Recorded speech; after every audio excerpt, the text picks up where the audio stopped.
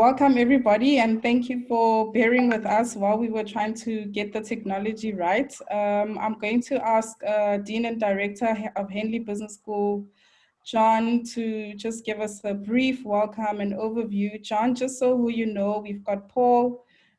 Just so you know, we've got Paul, who is the Nigeria chapter lead, Dr. Henrietta Onwegbuzi, who is faculty and head of entrepreneurship at Lagos Business School. So we've got a really nice Nigerian flavor to our webinar today. So over to you, John. Brilliant. Hi, welcome, and hi, Paul. We've met. How are you? Hi, John. Lovely. Good to have you. Love your products. Great dolls he makes. Amazing. Great toy. Thank you. And Henrietta, wonderful to connect with you. We really want to do a lot of work with you. Let's make it happen, shall we? Build entrepreneurs across Africa. We'll see. And to everybody else, I'm looking through the list of attendees. Wonderful people. Lots of South Africans, more people from Nigeria and elsewhere. I can't see where everybody's coming. I see a Ghanaian name or two there as well. So welcome to them. So thank you very much. Yes, I'm John Foster-Billy. I'm the Dean and Director of Henley Business School in Africa. I'm putting this #1 behind us. We're much more concerned about collaborative stuff, but we like our #1 because we've just been ranked the #1 MBA business school in South Africa by PMR for the 3rd year running. So I just occasionally I like to make a point, but we're much more interested in collaborative ventures where we build things together. So we're doing a lot of work where we're sharing our stuff with other business schools, what are we learning. So this grouping is really important to us. I won't take too much of your time. I just wanted to welcome everybody. And it's amazing how in this lockdown world that finally on one level, our horizons have closed down into our houses and rooms and whatever. On the other level, they've just instantly gone global and we can connect each other. I mean, 10 years I've been working in Henley and I've never ever got to talk to Henrietta, but only once to Paul when I came up to Nigeria. But now we can do it and we can't let go of this. It's opening up so many new possibilities. We're facing a world of what we could call where we've got two really big dilemmas. One is that we've got infections of COVID that are rising, and even if they level off, we're still going to find that a lot of people are still able to be infected, and we're unsure about the nature of this disease in some ways. What we do know is that everybody can get it, and that it'll affect a lot of people. And even if you do get it, even if you're not symptomatic, you can spread it. So we have to look after each other. And we do know that it's forcing economies to close down because the consequences of it are much higher and volatile and quick. On the other hand, so we want to close down to stop it spreading. And then, of course, we've got the economic consequences of the close down where economic damages and our businesses start suffering. So now we're facing a world of the low-touch economy. The new economy, and where we're going to have to go back into working into environments that were a lot more dangerous than when we actually locked down because the infection rate's gone up in our environments. And so what's happening is now we've got to go back into the world. We need to find a way to work effectively while remaining safe and keeping all our employees and customers safer. So that means we're going to have to, by the rules, but particularly by our choices of behavior, of distancing, of managing washing, of wearing masks, of cleaning, and of not sharing things that we always wanted to before, of being respectful to people by keeping your distance, not by being close, no touching your face, by doing all these disciplines and by reorganizing workplaces. So people are more working from home. You put people in bubbles in the workplace, so you're minimizing the number of different people can contact with. We've now got to think about all this and work out how to keep people safe. And the companies that will do that will do really, really well. The other thing that's really important is that in previous crises like 2008, it showed that the people who invested in R&D and invested in spreading their businesses and pivoted their businesses and trained in the new ways of working very, very quickly were the ones that recovered quickest. And therefore, if a lot of companies are recovering, so will the economy recover. And we really need our African economies we need to work together to collaboratively make sure that Africa has a minimum damage and recovers from this, maybe with lessons that allow us to work together better and be able to impact the world more.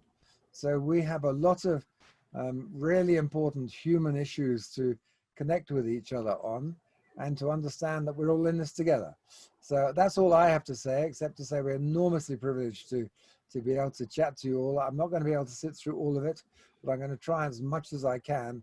And we're very excited, and welcome to all our new friends and collaborators and our alumni. Hey, we've got Africa working on one level at least. So even if we can't fly to each other, we can do this. And maybe a lot will come out of it. Looking forward to it. Thank you. Thank you. All right. Hello. So I'm Paul Orajaka, and I'm the chapter head of the Henley Nigerian Alumni Association. We, the Nigerian chapter, are super excited to be playing host to the June 3rd Wednesday's event that is gradually turning into a global event, connecting all alumni, not just in Africa, but around the globe. I must say a big thank you to the South African chapter for setting the ball rolling for such an incredible event that is connecting us more than ever before. This 3rd Wednesday June event, we're happy that one of our very distinguished professors, Dr. Hetty, will be taking us on a very wonderful topic regarding the silver lining under the COVID-19 cloud. And then we'll be happy to listen, share, enjoy the evening. And after that, I will come back and then I'll pass on the baton to our Ghanaian chapter, who will be playing host to the July 3rd Wednesday event. So Dr. Hetty, happy to have you here, and then please just do what you do and what you know how to do best. Thank you. Thank you for the introduction, Paul. Thank you, John. Thank you for inviting me. It's a pleasure to be with all of you today, and I hope that you will find my presentation useful. Right. So my presentation was initially titled, I started by preparing with the title, The Silver Lining Under the COVID Cloud. And then the George Floyd incident happened, followed by the Black Lives Matter rallies that rippled across the globe to protest racial inequality and all other forms of injustice. Upon recovery from my shock at the way Floyd was murdered, I realized that just like the COVID pandemic, some good could actually result from these ugly incidents, I mean, the pandemic as well as the Floyd incidents. I therefore found myself rethinking the title of this presentation as The Silver Lining Under the COVID and Floyd Cloud, because I perceive them as nudging the world to reset for the better. As the COVID-19 pandemic was spreading across countries and several conspiracy theories were spun around the nature of the disease and the different roles China and the US played in its development and spread, I couldn't help seeing a more transcendental reason behind it all. In my opinion, the world was on a path to self-destruction on different levels, and the COVID pandemic brought us to a jolting halt and an opportunity to reset environmentally, economically, and socially. Environmentally, because in spite of all the warnings about climate change and required behavioral changes and practices demanded, for the most part, we continued business as usual, barely heeding the catastrophic predictions regarding global warming if we fail to reduce our carbon footprint. Economically and socially, I tie both factors together because they affect each other, whether across countries and within countries. The economic system was and remains skewed to favor some at the expense of others, rather than one that allows for shared prosperity. Keeping in mind the unsavory results of wide economic disparities and the fact that they keep broadening as the rich become richer and the poor poorer, the horrors we witness today across the globe, such as rise in terrorism, human trafficking, suicides, unbridled shootings, can only get worse if this system is not reset to allow a win-win situation for all stakeholders. The pre-COVID world was therefore, in my opinion, on the path of self-destruction as a result of selfishness and greed. As people refer to the new normal with a tinge of sadness, as though the pre-COVID world is to be missed, the following quote by an anonymous author captures what I would like us to leave behind as we look forward to a better post-COVID world. The quote states, "We will not go back to normal. Normal never was. Our pre-corona existence was not normal, other than we normalized greed, inequity, exhaustion, depletion, and extraction. We should not long to return, my friends. We are being given the opportunity to stitch a new garment, one that fits all humanity and nature." So indeed, as unfortunate as the COVID-19 pandemic has been, it brought us all to a screeching halt and has compelled us to reflect, rethink, and reset our relationships with our world, our continents, our countries, and our individual actions. Now, just in case we did not get this reset message, the Floyd incident occurred. The despicable murder of an unarmed Black man that sent ripples down the spines of many around the world and triggered protests by people of all races further hammered the reset message. And this time around, judging from the rallies that sprang up in over 50 countries around the world and in all continents except Antarctica, protesting not just racial inequality, but all forms of injustice, it looks like the reset message has finally hit us loud and clear. Thankfully, the various rallies across the globe have awakened people's consciences, and in many countries, institutions and organizations, foundations, and business schools are reviewing their policies to correct and eliminate the systemic racism that had become normalized. Concrete action points are being announced and implemented at different levels, from the Prime Minister of the UK, Boris Johnson, to heads of business schools like Harvard and organizations like PwC and big businesses like DSW. I believe this is one significant reset that has been facilitated by the COVID-19 crisis and jolted into action by the Floyd incident.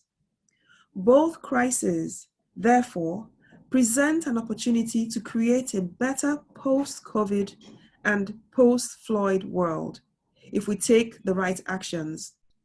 Another positive happening so far is the fact that many of the Black Lives Matter rallies, in many of those rallies, there were people of all races. This suggests that there's some form of global agreement in the decision to stand for fairness and justice, while shedding the systemic ways through which racial, economic, and social injustices have been perpetuated and reinforced. I also believe that the condemnation of racism by so many white people is also a very strong signal that will also neutralize any tendency for reverse racism, as it will always be remembered that not all whites were racist. In my view, these calls for a transition to a system that allows shared prosperity as opposed to one of selfish injustice, a system of shared prosperity is actually a better and more sustainable way to live, and therefore represents progress in the right direction. Further, considering that historically, perpetrators of tyranny have always come to an ignominious end, with examples ranging from Hitler in Germany, to Idi Amin of Uganda, to Saddam Hussein in Iraq, and Muammar Gaddafi in Libya, I believe that the call for a reset at this point is a fortunate one, as it provides an opportunity to avoid a trajectory that would have a sad ending. I also consider the fact that there were some anti-Black Lives Matter riots, and I have tried to understand why some people would try to justify systemic injustice or see the Floyd incident as anything other than what it is. I realize that part of what may have reinforced the slew of police brutalities against Black people, especially, is a result of negative stereotypes. Black excellence and contributions by Black people to contemporary society has been consistently undermined while highlighting the negatives. I, however, through personal research, discovered a significant number of Black inventions which continue to be both relevant and valuable today, and are frequently not acknowledged nor taught in schools. At this point, I will share a couple of slides to show some of these contributions. Let's try to share my slide.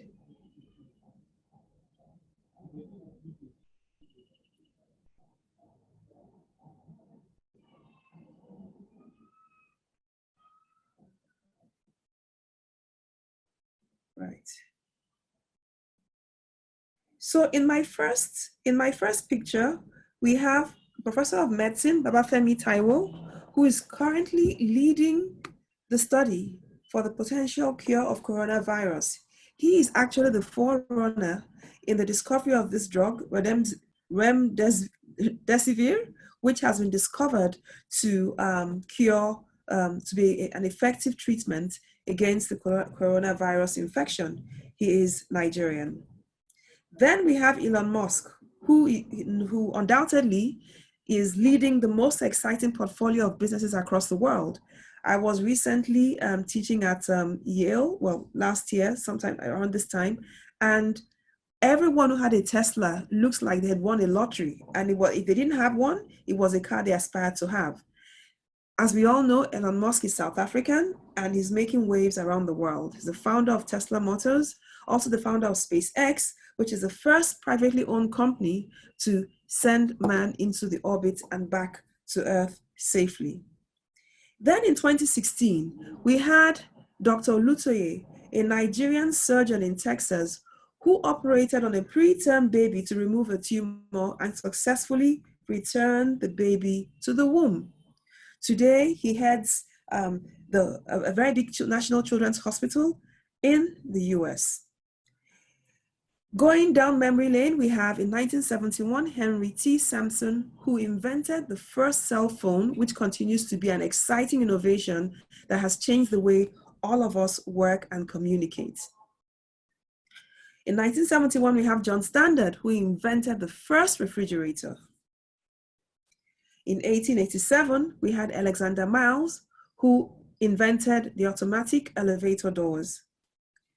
We have Frederick McKinley Jones, who invented refrigerated trucks.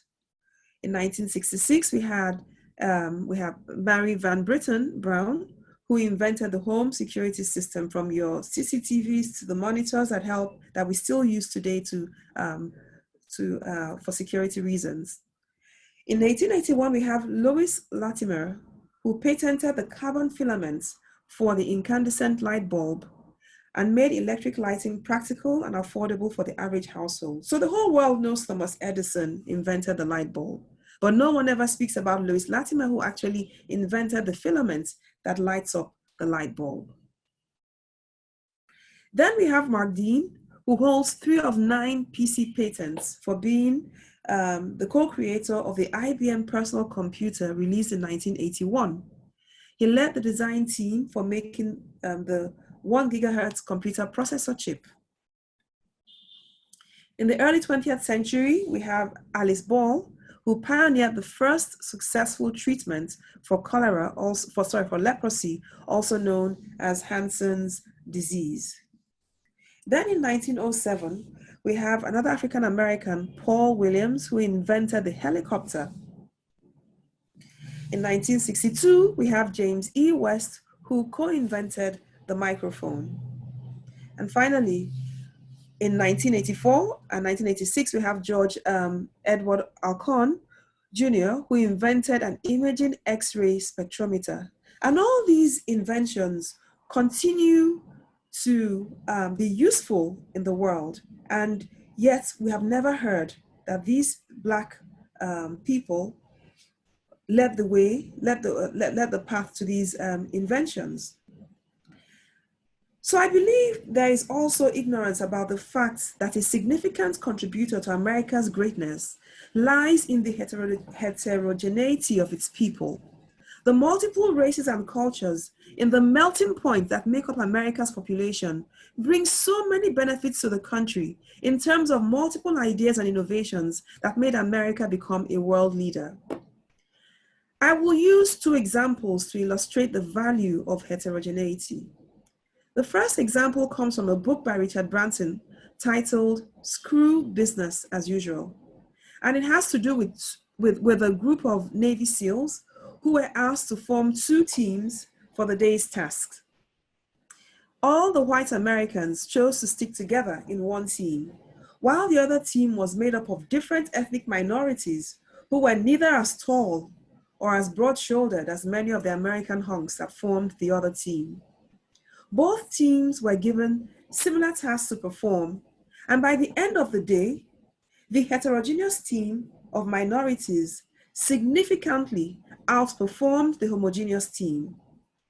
And this was because the ethnic minorities came from different backgrounds and so could apply a rich variety of ideas to the tasks that had been assigned to them, and were able to resolve them quicker than the team with a homogeneous knowledge base. In addition to this anecdote, research has shown over and over again that heterogeneous teams tend to be much more innovative than homogeneous teams. The second example has to do with royals.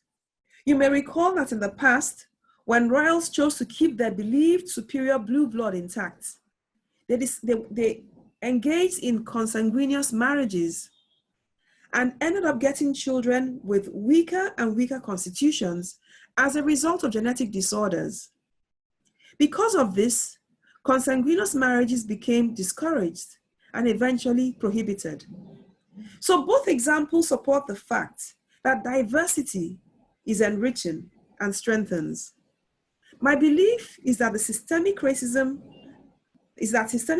can be curbed by being open about the contributions made by various races and cultures that make up the world population or the American population, so that people can appreciate and respect one another when they realize that they benefit from each other. As we acknowledge the fact that our pre-COVID world was neither perfect nor normal, and that the COVID pandemic, as well as the Floyd incidents, unfortunate as they are, provide us with an opportunity to reset our countries and continents economically, socially, and environmentally. In this final part of my presentation, I'd like to focus on steps I believe Africa can take to ensure that the post-COVID and post-Floyd Africa is both stronger and better than it was previously. So I'll start with the economic perspective. Economically, as countries across the globe struggle with economic recovery after the pandemic-induced lockdowns, African countries must also find ways to achieve better economic performance. There is a need for African countries to change the habit of importing what it can produce simply because it is cheaper to import than to manufacture locally due to our infrastructural challenges. Fortunately, the flight and export restrictions around the world compel a greater effort to achieve self-sufficiency. African countries should see the current situation as an opportunity to reduce import dependence on countries outside the continent. However, there are stronger reasons now, more than ever before, why self-sufficiency is important. Africa needs to give the world more reasons to respect it.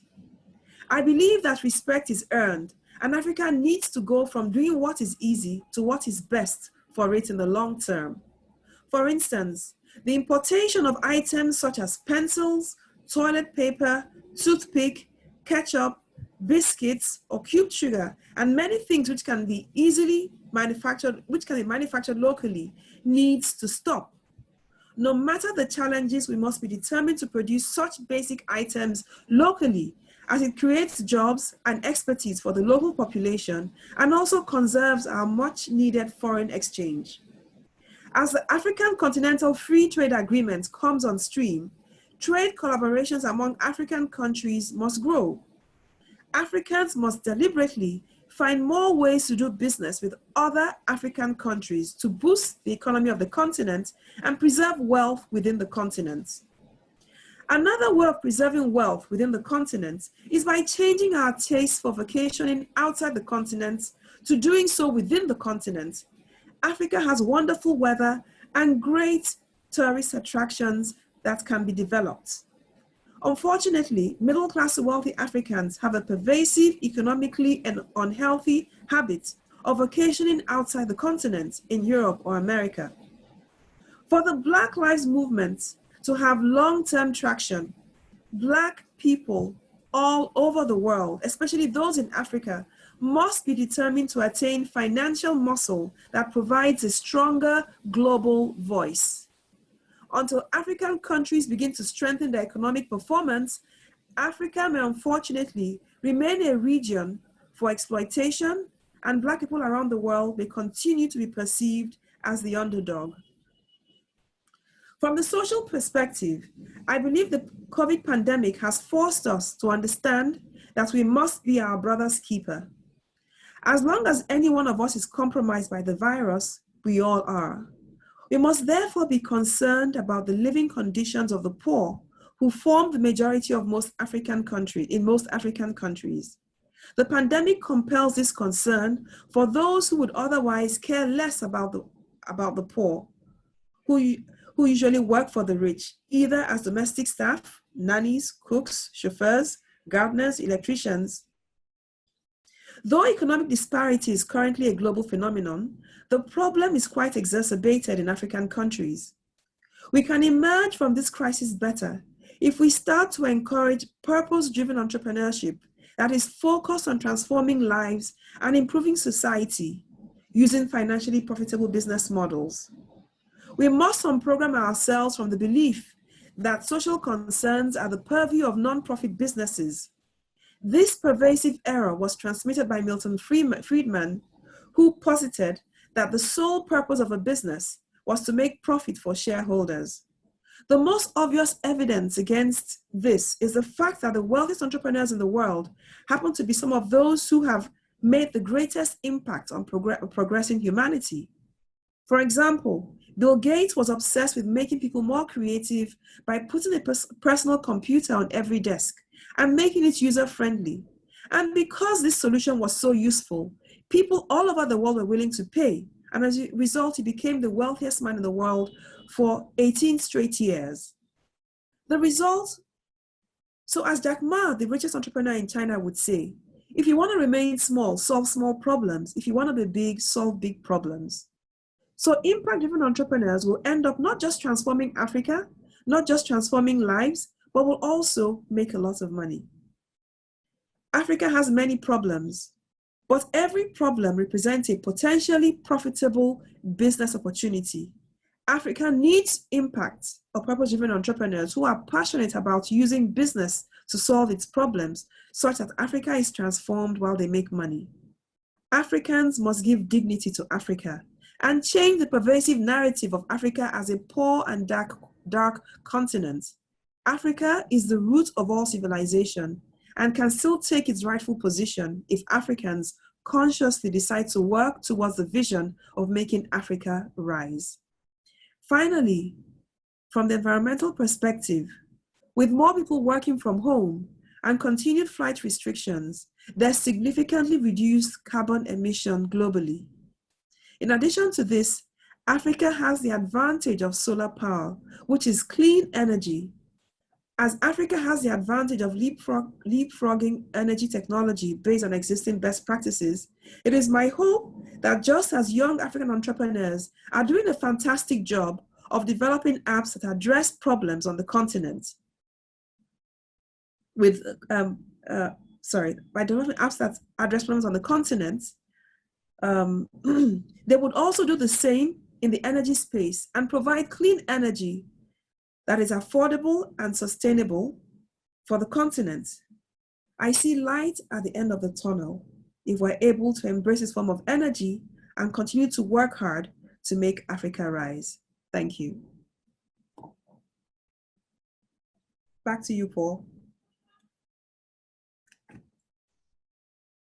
Paul. Thank you. Yeah, thank you, Hetty. So thank you for that wonderful presentation. We've actually learned so much that Africa has huge potential that remains untapped. And at this point, we'll be looking at taking some questions from our participants. And let me see the questions we have. If there are anyone.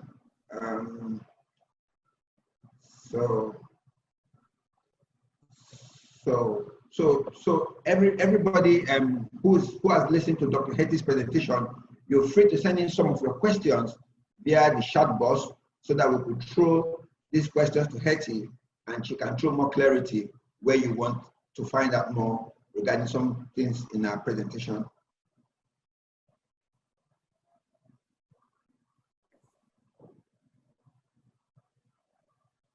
Looks like we don't have questions. Yeah, but a couple of people have been having difficulty trying to join. Yeah, we're seeing.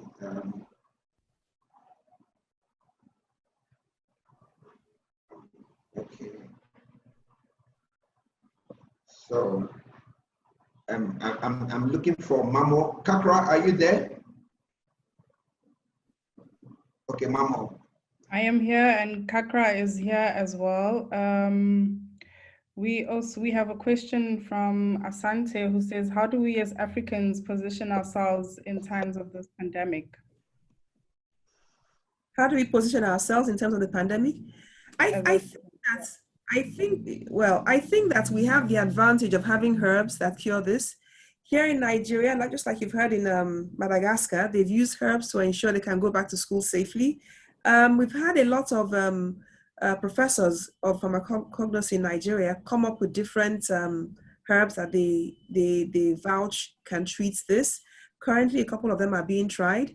My belief really is that just like we have learned to live with other viruses and bacteria, we will all need to all learn to live with COVID virus, and it's very possible. Here in Nigeria, we have what you call bitter kola. We also have bitter leaf. We have, there's the combination of ginger, garlic, and lemon and honey that most of us take as an immune booster. And that's meant to ensure that should the virus, even if you get the virus, your immunity is strong enough to fight it off. So in my opinion, I think that that's really the way to go, because if you ask me, I tell people that testing is good, but it's not conclusive. They could test one today and a few hours later, the person can get infected and then have a false sense of security because he was tested and the results came out negative. So testing is not at all conclusive. What really can keep us healthy is, one, improving sanitation, and also ensuring social distancing, putting all the means, but more importantly, boosting our immunity. And I think the Africans have an advantage because we have so many immune boosting herbs that can do the trick.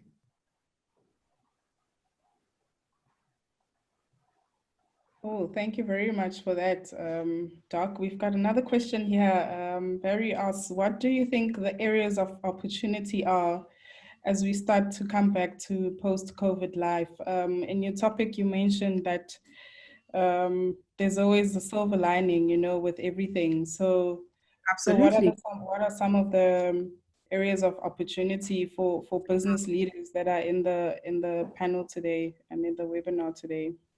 Right. So I've done a lot of webinars talking about the opportunities that the COVID crisis throws up. As they say, that in every crisis, there are opportunities and there are threats. There's so many opportunities in the area of logistics, for instance. So people don't want to go out shopping anymore because they want to avoid the threat or the possibility of getting infected. So everybody's shopping online. So in terms of logistics, more opportunities have opened up. Now, hygiene is a priority for everyone. So it's either you're starting a cleaning business or you're going into the business for producing cleaning materials. People are cleaning furiously. They're sanitizing everything from daily sanitizing of door handles to floors to everything. There's some people who fumigate their offices at the end of the day to make sure that, you know, the place continues to remain safe for their workers. So that's also, and then there's transportation. I don't know about South Africa, but here in Nigeria, there are now very strict regulations for the public transportation system. They're not meant to take more than 60% of their normal capacity.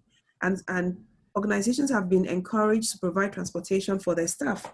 Now, nobody wants to be burdened with all those details. So a private person who can lease some buses could very easily find customers who will be willing to say, bring my staff to work for me on a daily basis, and I will pay you. So healthcare provides so much. We have isolation centers being set up in all the states, in the all 36 states in Nigeria, for instance. Now think about it. Who's making the bed sheets for those places? Who's doing the laundry? Who's making all the uniforms for the health personnel? Many people many fashion designers have pivoted into making face masks or hospital garments or beddings for these isolation centers. So the key thing to identifying opportunities in any situation, whether a crisis or otherwise, is to ask yourself what problem you can solve. So most people I know have had to send their cooks away because they were afraid of contamination, and yes, they don't know how to cook. So there's some people who have decided, okay, I can cook. They're making soups and stews for people to order online. Remember, it's easier now more than ever before to start a business, simply because you don't need brick and mortar.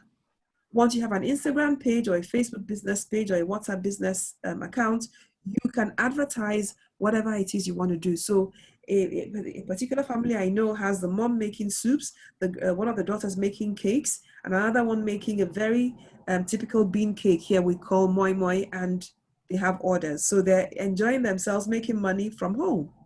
So it's all about asking yourself what problem around you can solve, and then building a business around it. And remember, it's always better to start small, even if you have the money.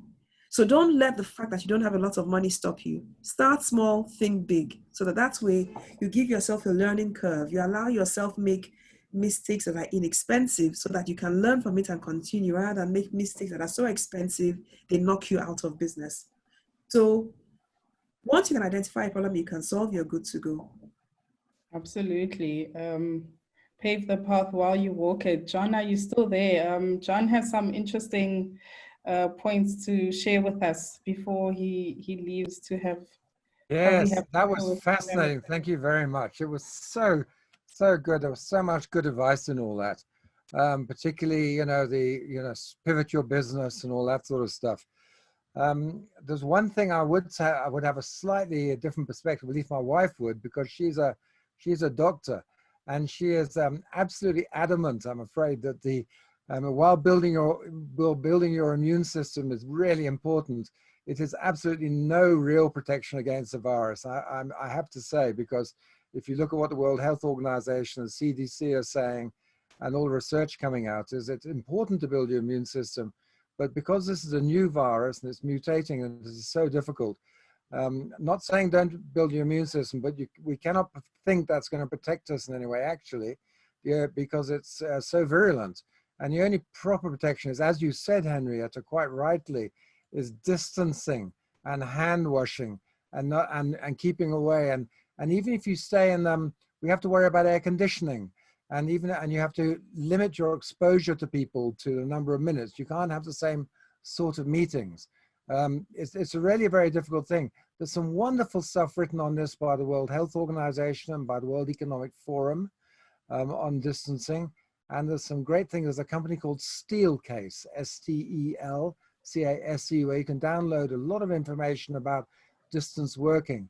But we have to be extremely careful what we tell people about the medical aspects, because my wife would kill me if I didn't actually respond to that and say that there would be very different opinions about it. I know it's a debate, but because it's a protein, it's a tiny little protein that's covered in a waxy surface. What people don't know, that soap breaks down that waxy surface. Yes. And it's a very fragile protein. It's not actually a living thing, a virus. And it takes a waxy surface off and then exposes it and it dies. So soap is unbelievably important to do it. And spraying isn't as effective as wiping. And you should never go to a buffet and pick up a spoon and serve yourself with finger foods, because everybody else is going to be touching that spoon. And you must watch out what you touch, and never touch your mouth and eyes and nose. You know, men, mouth, eyes, nose. You know, don't touch men. Mouth, eyes, nose. You know, just remember that one. But anyway, we've all got a lot to learn, so thank you. But it was wonderful, so good. Thank you. Thank you. Thank you, John. That is I very have to funny. leave. Don't Yeah, touch good. men. But Yeah. what you're saying is absolutely right, because there are some misconceptions that are coming up. On, if you just drink hot water, or just Oh, eat this, that, and the other. absolutely not. There's only a Very few things you can imperative. do. Distance Absolutely. yourself, clean your hands, don't cough and sneeze, keep away from people, isolate as much as you can, work from home. And that's the safer thing. If you want to save lives, that's what we got to tell each other. It's not anymore about personal protective equipment, PPE, it's PPBs, personal protective behaviors. And it's not so much about medical vaccination, it's social vaccination. And those behaviors become a social vaccination that keeps everybody safe. And so it's all our personal choices, and we must share the right information. But we're going to get there. We're going to succeed. But that was wonderful, and I'm so behind you on what you were saying about the Black Lives Matter. And also, it's really important, I think, for all of us to understand that it's not about all lives matter anymore. This is a time for Black Lives Matter. We must all dive in behind to get rid of the scourge of this entrenched racism that lives in all of us, I have to say. Maybe not you, but lives in all of us. And it's no good externalizing it. It's just work we have to do ourselves. And we can't avoid it. We can't deny it. We've just got to change the world. And we're going to. So thank you. Thank you too. Yeah. Thank you, John. So we've got an interesting question from Nelisa here. And Nelisa says, how can we solve the leadership problem in our continent, where we find that a lot of our political leaders are not in it for the good of the African nations and of the continent? So what can we do in our own little spaces and communities? Right. So I agree with you. And so what I try to do, what I've decided, or what I think, is that the change will come from the private sector. When you look at European history, you find that they also had the same problem we had, and it was actually worse in Europe. And the change came because the proletariat, the masses, became bourgeois, started acquiring economic power. And that's why I'm very passionate about empowering people, making people financially sustainable and independent, because poverty is voicelessness. So long as there are lots of poor people in Africa, our rulers will, they say absolute power corrupts, remain corrupt. But when they know that there are enough people who have a voice, they will be forced into accountability. So your role and mine is to see how we can do business in a way that empowers people's lives. So for instance, imagine having a tailoring academy where many women who would otherwise be jobless, are engaged. And then we start getting jobs from factories to do uniforms for their staff, from schools to do uniforms for the kids, from hospitals to do uniform for the staff, from fashion designers to also produce things in large quantities for them. That's huge. That's a lot of money. But at the same time, you've also empowered a large number of unemployed people. I don't know how it is in South Africa, but in Nigeria, it's difficult to get menial labor that is good quality.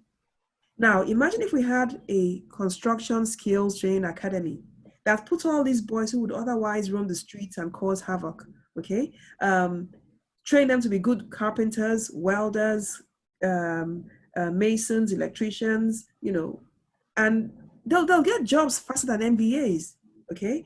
And they can actually earn their tuition by working for you.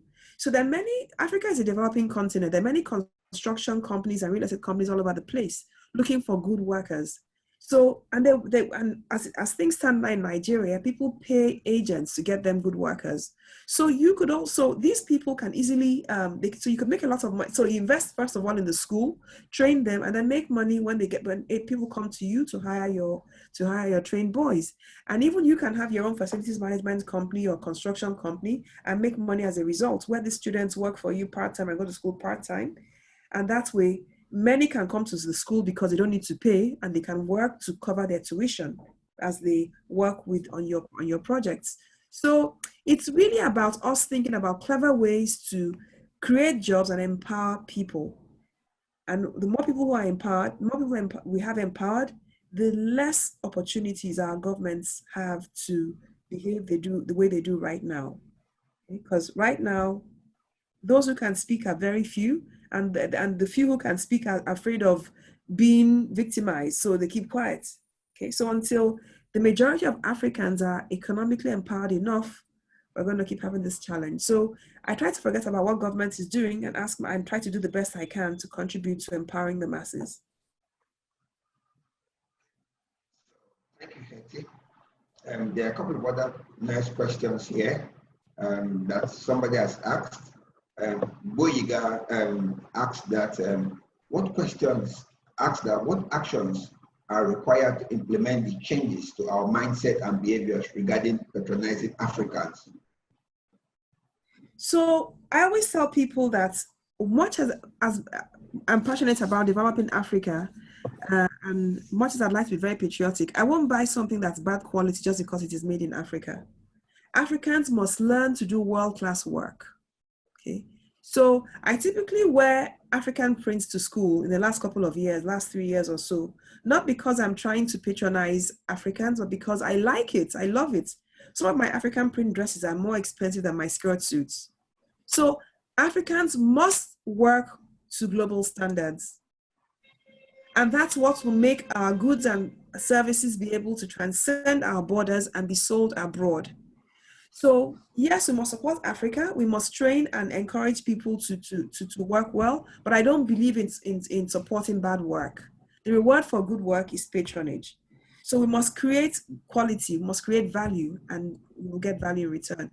I think African prints are very beautiful. I'm not wearing them just because I want to show that I'm African. I wear them because I think they're more beautiful than my skirt suits. So if Africans do things well, they will be patronized. There's a question here from Luisa Akpasa, and she's asking, without government assistance in Africa or Nigeria, so to say, how would SMEs survive during this pandemic? You don't need government assistance at all to survive. All the businesses are in fact, government is a hindrance to businesses. You just need to understand, to be sure that you're solving a problem, okay? Ask yourself, what problem is my business solving?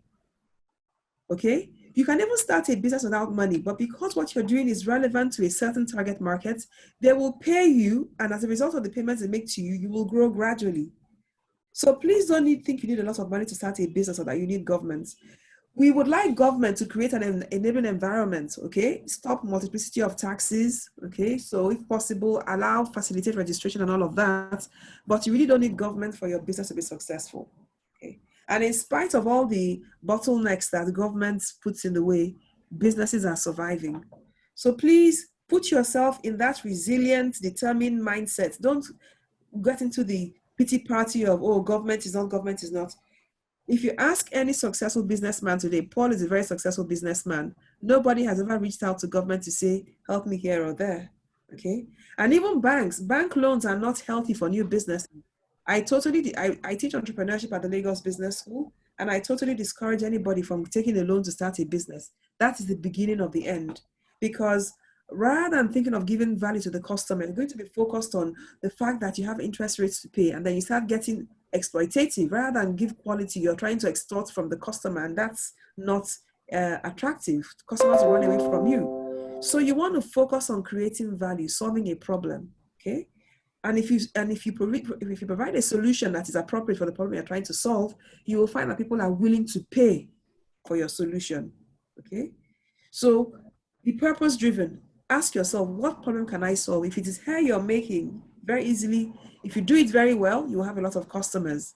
And in no time at all, you'll find yourself growing and having to train other people to help you because you can't cope with the level of customers that you have. If you're cooking, do it very well, and you'll find that people want your particular dish, not the other one, because they like the way you make it. If you're into fashion designing, the same thing. Do a great job of sewing finishing well, finishing the outfits well, making sure the design sits well, and you find that you can't even cope with the number of customers and you start growing gradually. So it's all about being purpose-driven. All right, Hetty, you have a lot of questions here, tons of questions. I hope you'll be able to take most of them if time permits. But I want to take this question regarding from Jude Ike. Jude asked, Africa seems to be disjointed. The North African countries pulling on one side towards the Middle East. Sub-Saharan Africa subdivided into meaningless structures and zones. What should Africa do to pull together? Who should lead this? Because this COVID-19 crisis seems to be impacting more on Africa, but there seems not to be any cohesive plans to see us pull through. So in your own opinion, what should Africa do to pull themselves together? Okay. So first of all, let me say, don't put yourself in that point of distress, because Africa is actually coping better than other countries. To start with, we're dying less. Second, our lockdowns have been the shortest. Okay, there are countries that were locked down for months, to the point where animals were now coming into the streets because there were no human beings to keep them away. Okay, so we've had, our lockdown period has been shorter, number of deaths have been less, but economically speaking, we're more vulnerable, okay, because our systems are not so strong. So the first advantage we have also is that the African Continental Free Trade Agreements, the AfCFTA, was already in motion before this COVID pandemic struck. And that is something that will help all of us, because the whole idea was to see how Africans can trade more amongst Africans. You see, one of the talks that came out with all this George Floyd crisis was somebody who was comparing why the Jews are the wealthiest in the world. And they were saying money moves around the Jewish community like 80 times before it moves out. In the French community, in the American community, it moves around, but in the African community, it bounces barely once before it moves out, okay? So that's why I was suggesting that we should begin to see how we can vacation. Imagine all the money that leaves Africa to Europe and America every summer and at Christmas, because we feel we must go for summer. We must go for Christmas. My children must study abroad, okay? Why can't we get those world-class institutions in Africa? After all, it's been many years of having many of us go abroad to study, okay? So it helps if the government has a policy and a plan. But I tell you, you can't underestimate the determination of one person. After all, Microsoft, which has an impact in all the countries of the world today, was started by one person. Yes, he works in a team, but it was his resilience and determination that built Microsoft and brought others along, okay? Today, Jeff Bezos is the wealthiest man in history and predicted the first trillionaire on earth by the year 2025, okay? It's still one man who started the whole idea of making it convenient for people to buy things, started with books online, and then has gone on to have other things available online, and of course, done much more. Now we have Alexa, who is like a personal messenger. Alexa, I need washing liquid. And in 5 minutes, the account is debited. You hear it on your bell, somebody is delivering your washing soap to you, okay? So what was he trying to sell there? He was obsessed with making the customer more convenient. How can the customer get whatever he or she needs in a more convenient way? And the whole world uses Amazon. And there are quite a number of varieties right now. So the point I'm trying to make here is, let's not think about the whole of Africa. Let's think about what you and I can influence. Okay? What can I begin to do? What can you begin to do? Because the example of each person has a ripple effect. It affects the other people. So for instance, I have a business on the side, and fortunately in my school, that's not a problem. That's actually encouraged, okay? But I choose to focus on academia because I realize that platform allows me to develop impact-driven entrepreneurs who can accelerate the socioeconomic development of Nigeria and Africa. So I help people understand that they need to move from the Milton Friedman way of seeing business as only profits driven to understanding that when you can make an impact and make money as a result of the impact you're making, and that indeed the people who are impact driven make much more money than those who are profit driven.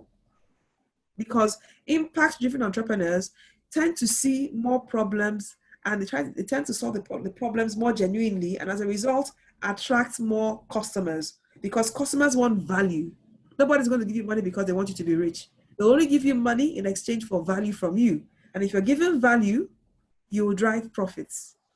Okay, you will attract customers. Money chases you when you give value. Okay, right. Lovely.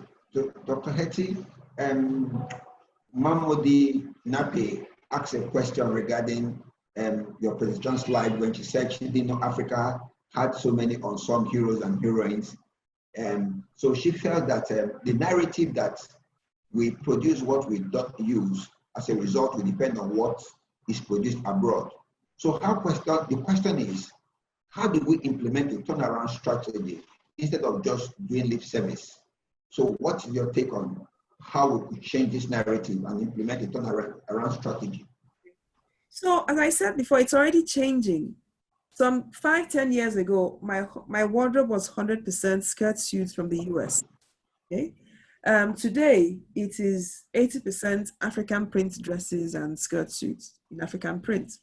So in turn, and I'm not the only one. I mean, I don't buy, when I travel, maybe I'll buy shoes because they're less expensive than when I have to buy them in Nigeria. But I don't really buy clothes when I travel anymore because I prefer what my tailors in Nigeria make. Okay. So the point is, it's gradually changing.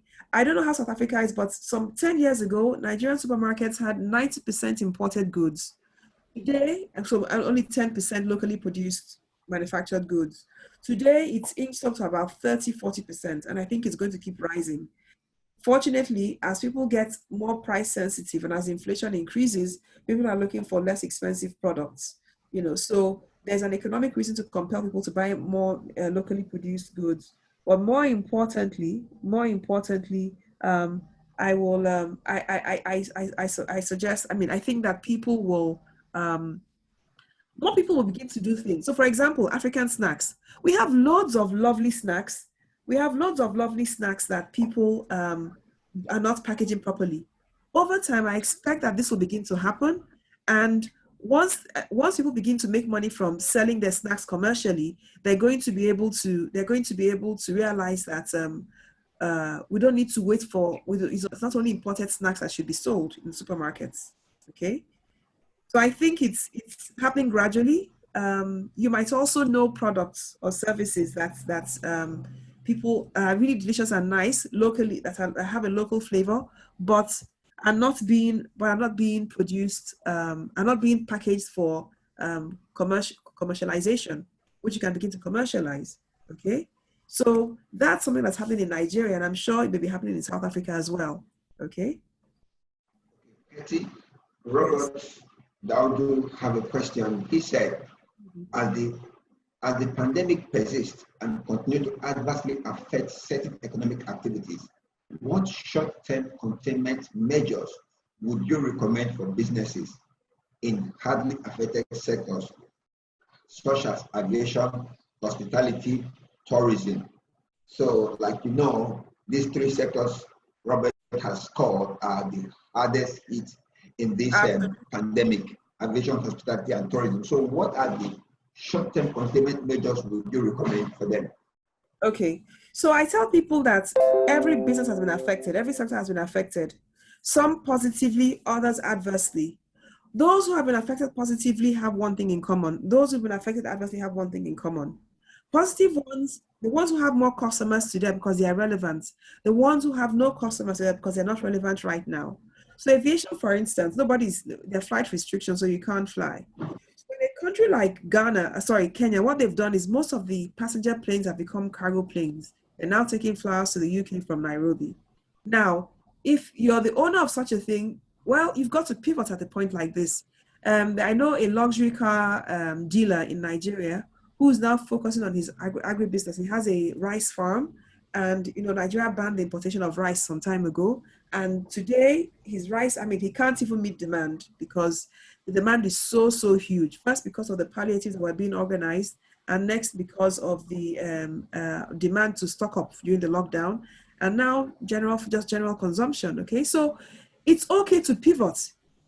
Remember, business is meant to serve society. So it doesn't mean you won't go back into business, but for now, you have to ask yourself, what can I do differently? I know someone who was into event planning. Of course, there are no parties going on these days. And today, she's producing sanitizers. Okay, so, and why she produces sanitizers? Because that is what is in huge demand.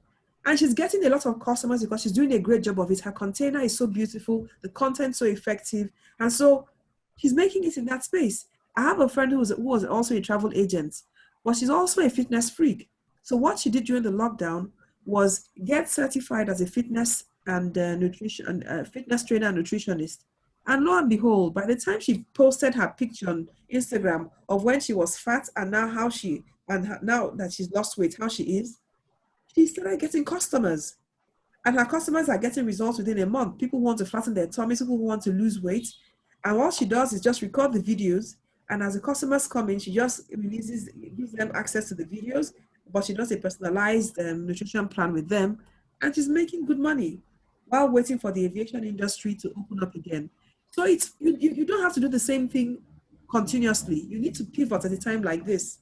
So if one thing isn't working, on the other hand, you could also change your business model. So for instance, I have a friend who ran a bistro, okay? And what she did during the lockdown was to partner with a logistics company. And then she housed her entire staff in the building so that they were not compromised.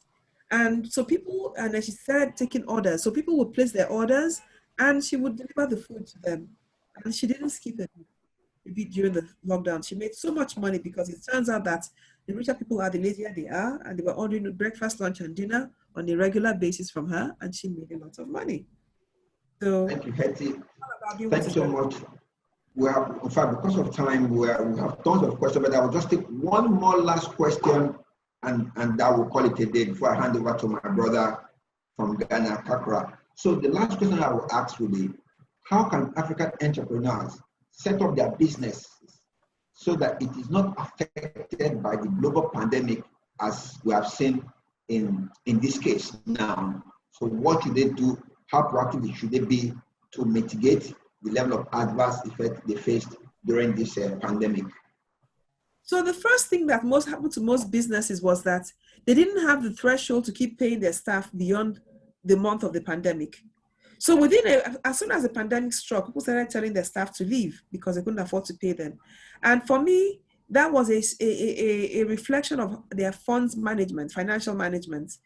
Typically, when you run a business, you have boom times and you have normal times and you have down times. Now, in the boom times, you save for the rainy day, okay? Save for the rainy day. Rainy days came and most businesses were not prepared for that. Very few people could continue who could keep their staff or maintain the salaries. So those who were lucky enough had their salaries slashed. Most lost their jobs, were asked to leave or go on compulsory leave, So it's all about making sure you don't get carried away with the good times, okay? Always saving for the rainy day. Ideally, you should have a buffer for you to begin to feel comfortable. You should have at least a 6-month buffer. So what I mean by that is, assuming you don't get any business, can you continue paying your staff for the next 6 months? That's what you should work towards. But then again, think about this. What worked yesterday will not always work in terms of your business offering, whether product or service, okay? Once you keep in mind that your business should have a purpose, okay? What problem am I solving? What need am I meeting? That's a question you should be able to answer on a regular basis. If you find that the problem you're solving is no longer there, please, please, please pivot, okay? So there's no point banging your head against, a brick wall. It means you need to do something else that is relevant to the market. Relevance is what keeps you in business, okay? Right. Wow, Hetty Amos, thank you so much. It's been an incredible evening with you and your presentation. The questions just keep coming as I speak. But what I will do at this time, because of time, I will need to pass on this baton to our Ghanaian chapter, who will be handling the third Wednesday in July. So, and Kakra is the head of the Ghana Alumni chapter. And Kakra, are you there? Yes, Paul, I'm there. And thank you so much for the opportunity. Kakra's lovely. So I would like you to just speak to everybody and just tell us what we intend to expect in July, 3rd Wednesday, that will be held and hosted by the Ghanaian chapter. All right, thank you so much, Paul. And thank you very well for that nice presentation. Henrietta was an awesome one. And once you've given us the baton, we know we are setting in with our topic. And actually, I think COVID-19 is one of the household names now. Most of our presentations are based on COVID-19. So we are privileged also to have one of our own, Madam Florence Ohinche, doing the presentation on behalf of the Ghana chapter. And her topic basically will be managing the disruptive change of COVID-19, a business management perspective. I think this topic fits well and in changing the baton of what Henrietta so just presented to us. So we'll be glad to have all of you on board and make sure that our presentation from Florence. Florence is a management consultant. He's very vested in change management, and I'm sure that he will take us through a very good presentation as you've done.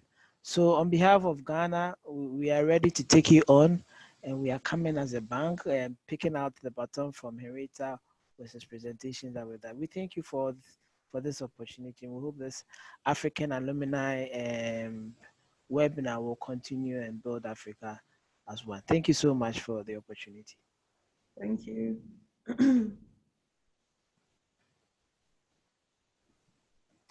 Thank you. Thank you so much, Dr. Henrietta. It was very insightful. I'm already receiving a flood of emails with everyone just impressed with your talk. So we're very excited that you managed to ignite some insights there. So thank you very much for joining us. Thank you very much, Paul, and the Nigeria team for hosting this June edition of Third Wednesdays. And we look forward to reconnecting again with the Ghana chapter hosting next month. So have a good evening. I will post this webinar on our Henley Africa YouTube page. You will receive an email once it's ready and edited. I know some of you are already asking for Dr. Henrietta's presentation and as well as a recording of this video, so it will be shared. Thanks very much, everyone, and have a lovely evening. Bye-bye. Thank you. Thank you so much. Bye-bye. Okay. Bye. Thank you all for listening. Bye.